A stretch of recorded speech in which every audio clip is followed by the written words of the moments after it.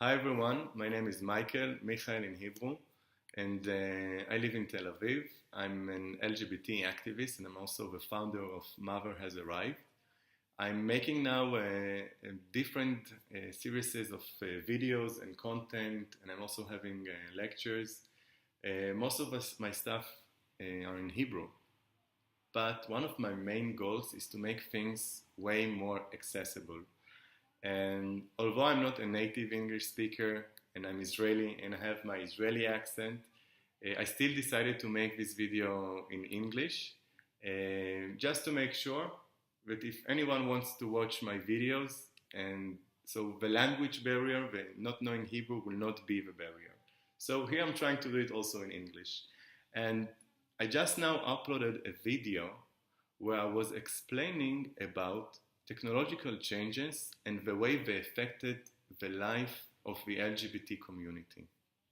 Now, let's start with the past. Let's talk a bit about history. We had, in the LGBT community, different ways to meet each other. Now, in our community, things are a bit different than the heterosexual community, than the straight life, let's say. For instance, let's say if I was straight and I was going to a bar or I was meeting friends somewhere and I just, let's say, would have seen some girl which I liked. It will not happen probably today since I'm gay, but let's say that I was straight. For straight people, if you see anyone who you feel attracted to or you just want to start to talk with, so you can just do it. Maybe you want to make sure if the other person is interested. You want to make sure also if they are single and many other things. But you can do it, Like, think about it. For us, for LGBTs, in such situations, let's say going to a regular bar, being in a class, being in a workplace, being with some place with friends, we not necessarily always know if the other person is from our community. Now, think about it. Let's say that the LGBTs are somewhere between 4 to 7% of the population. I will even exaggerate, 10%, okay? Think what a difficult thing it is for us to find someone. And there were different solutions for that. Now, one of the cultures for that was a cruising culture. And it goes way back in history. For instance, I was traveling a few months ago in Mexico City, and I went to some LGBT guided tour, which I really recommend. We will also talk about LGBT tourism and history in those videos. But there in Mexico City, the guide, Carlos, one of the things that he explained was that in Mexico City, there is a cruising park which exists for more than 500 years already. Now, what a cruising site is. So I can say, let's say, for instance, in Israel, the cruising sites, which today they are, from what I know, they are still a bit active, but it's nothing like it used to be. Let's say it parks, like the Independence Park in Tel Aviv, or in Jerusalem, or in Haifa. And the same happens all around the world. And these are sites, parks, for instance, or a beach, or some place where people in the community know that other people from the community go there. And that's a place where they can interact and meet each other. Now, this is all very underground. And today there's no doubt that the LGBT community has a very major part in the mainstream culture. At least in the Western culture. If I think about, for instance, when I was younger, when I was a kid, which was not that long ago, I'm today 28, but when I was a teenager here in Israel, I'm not sure how many LGBT persons there were in the media. There were, but nothing compared to what it's today. And I think things are way easier. But in the past, we have to understand we had to be underground. We had to be not discovered because in many situations, it could be even dangerous for us. And it's still true for today, in not only in some specific countries, but even in any country, like we can live in a very LGBT tolerated country or city, but sometimes, and we hear about that when people from the community come out in front of their family and friends, the reaction is not always so positive, or the reaction takes time. Also for the parents, it's a process, and but there are cases that people even lose their houses. It still happens today, and it always happened, and this is something that we have to understand. Which is part of our life, which is part of our community, part of our culture. So we just talked about the cruising sites and the underground way to meet each other. And things have been developing, since we became more in the mainstream, and even a bit before that. The business side, the economy, the LGBT economy adjusted it to changes of a society. For instance, gay bars or lesbian bars, or all of those kinds. So when we talk, for instance, about Stonewall, where the riots took place in 1969, so Stonewall was existing before that. Stonewall was existing, if I remember, from the beginning of the 60s, something about that, and there were other gay bars in New York before Stonewall. Also in Berlin, for instance, during the 20s, in the previous century, there were places where people could go, there were bars, there were clubs, there were different places for the community. So we had cruising sites, and then when changes has happened, we could open gay bars. Now, a very huge thing which changed is the technology. Now, think about it. Since the 90s, almost all of us, we started to use computers. Later, we also started to use smartphones. And through the websites, there were different websites for dating websites where we could know each other. Or even, even before the sites, there were the chats. Now, let's imagine the platform of a chat. I know that for some people that watch this video, this is very irrelevant, but for some of us, even for people like me, 28, when I was a teenager, the chats already existed. Now, when you enter a chat, so you have a room of many different people that write there. And you can say, for instance, hi, I live in, and my age is, and I'm looking for. And then you have a lot of data, you have a lot of people writing there, you have a lot of information. There was no filtering back then in the chats. But let's say you find someone and you can start chatting with each other, and if things go well, maybe you will go and meet each other. Now, just mentioning that also, like before that, there used to be also advertisements on newspapers. But back to the chats. It took time until people also later could send photos to each other. We also had forums, and later we had also the dating websites. Now, the dating websites were more developed than the chats in terms of having a profile and also filtering of the data. You don't have to write anymore, I'm this and that looking for that. You can press on the filter button and then categorize the different people, the different profiles that you can find there. So, in my opinion, there is no doubt that those technological changes and those UX, UI, the user interference and experiences, has affected the way that we socialize with each other. Now, after the dating websites, one of the most common products, in my opinion, in the LGBT community are the dating apps, like Grindr, Scruff, Atraf, Tinder. There are so many of them. Many of these apps, the way they work is the fact that they have location-based service.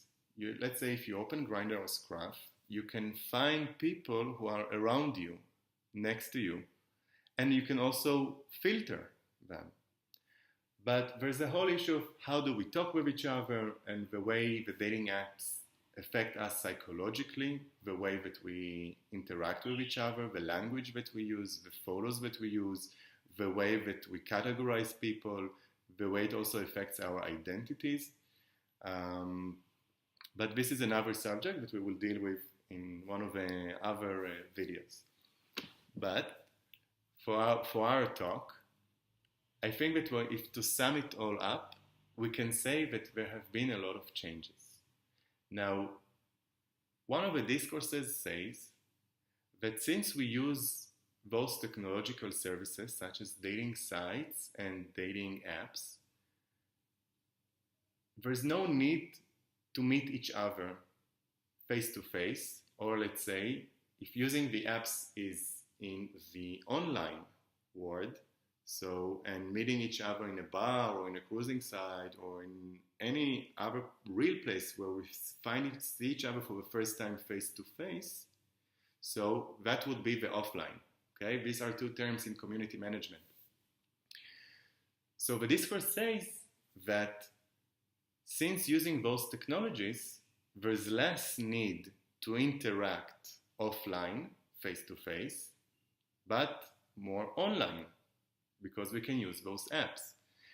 And one of the things says that since we don't have to meet each other in order to know each other, so we don't need to use places like gay bars. Now, I think, and I can say that I feel it in Tel Aviv, for instance, because I'm from this area, but I feel a lot of changes. And when I speak also with people from other cities like New York City and many other places in the world, and there are a lot of articles also about that. So there is a feeling, and most probably, we have less bars and places where we can meet compared to the past, compared before using those apps. Now, I'm not dealing with the question if it's good or bad, if it's, I'm talking about the fact that there have been some technological changes that affected the way that we socialize and also affected our economy, the LGBT economy. Example, I grew up in a very small town, I can't even call it a city, called Nahariya, which is up in the north of Israel, up in the periphery. And let's say even before, less than 10 years ago, even 8 years ago, when I wanted to go with my bunch of gay friends from the periphery and we went to Tel Aviv, so in order to find places where we can go, like LGBT bars and parties, so we used different websites where we could find that information. Now, from what I remember, there were around 7 or 8 different bars. Today in Tel Aviv, let's say until 2 months ago, something like that, in terms of gay bars, I think that there was only one which I used to go to, the Shpagat. There was another one which, Apollo, I haven't been there. So there's a huge change, a huge change. Oops, my battery just finished, but now we're plugged and we're continuing. So a very huge change happened with the bars, for instance. And it's a change that I felt also as a gay person who lives in Israel. Now, if we see that less people are going to those bars, and so it means that those bars and businesses have less customers. So they're shutting down. Now, I'm soon publishing also a video series about some introduction to LGBT culture and history. And I took some videos, a kind of a guided tour in New York City, also dedicated to 50 years to Stonewall. And we will deal also with that. And I can say that I went and I interviewed and I met one guy in New York who owns a few gay sex clubs. Okay, also another part of the LGBT economy. Now, the place that he runs today was opened in 1984 already.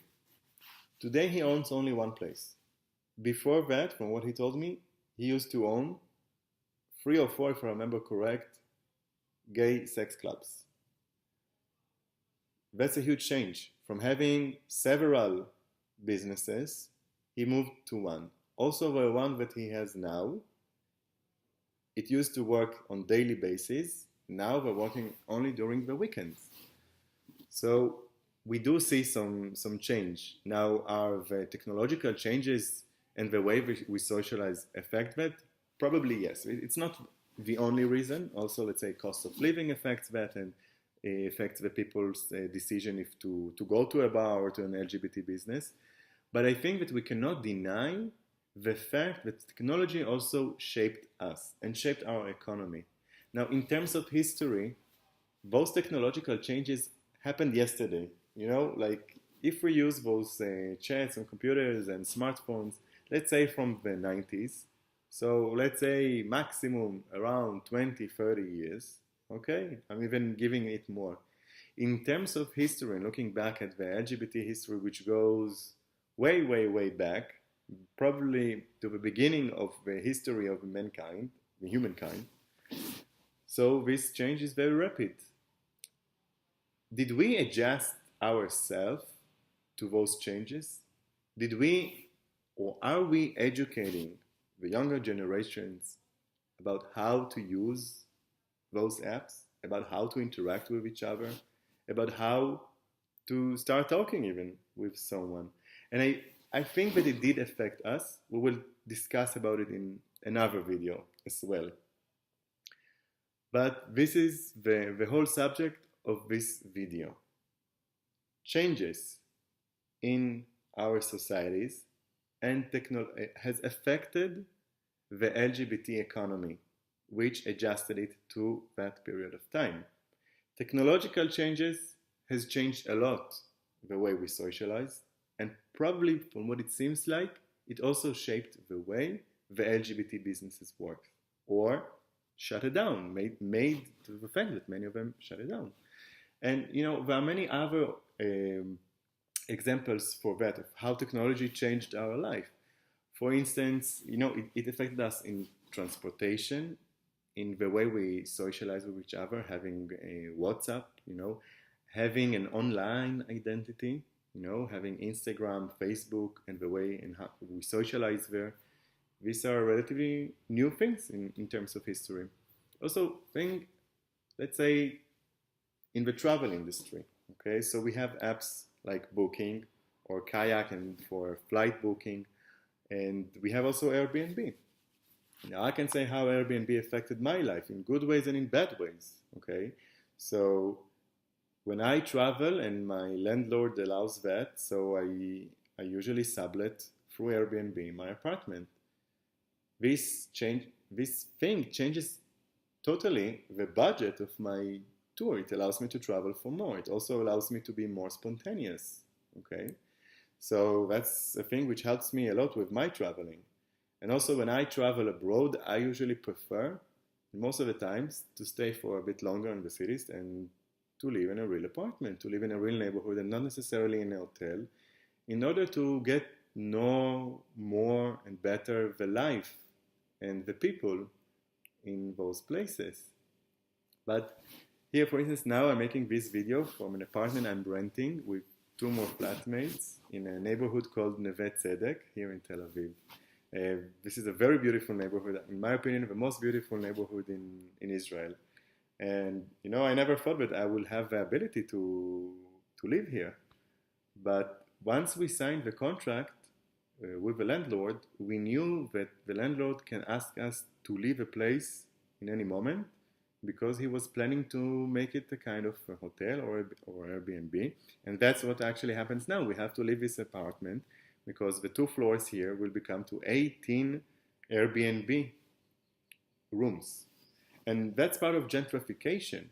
So Airbnb did many good things, but at the same time, it also had many different effects on the travel industry and on many other economies. It affected the way hotels work here. It affected the habits of the travelers. Maybe if it's cheaper, it allows the travelers to stay here for longer or to bring more travelers with lower budget that otherwise wouldn't come. Although now we also see some cases where the Airbnb apartments are more expensive than the hotels in some cases. So it definitely changed not only our habits and our financial, economical habits, but also our traveling habits, and also our geography and demography. For instance, this neighborhood now, it's becoming very international neighborhood, and we see it all around the world. The same also with other apps, such as Uber, taxis, emails, social media, financial, like banks. Do we need to go to the bank? No, I rarely go there. I just use the app for that. And also for the LGBT community, technological changes and the apps and the services that we use do affect our life. And I'm inviting you from here, and now we're finishing basically, to think about it. How those apps, how those technological changes affected you, affected also the way you socialize, and also affected the way that we, as LGBTs, the way that we consume different products. And my last question would be, did we as an LGBT community adjusted our economy to those technological changes? So I hope you enjoyed this video, and I hope that you understood me with my Israeli accent, and I hope to see you in my next videos.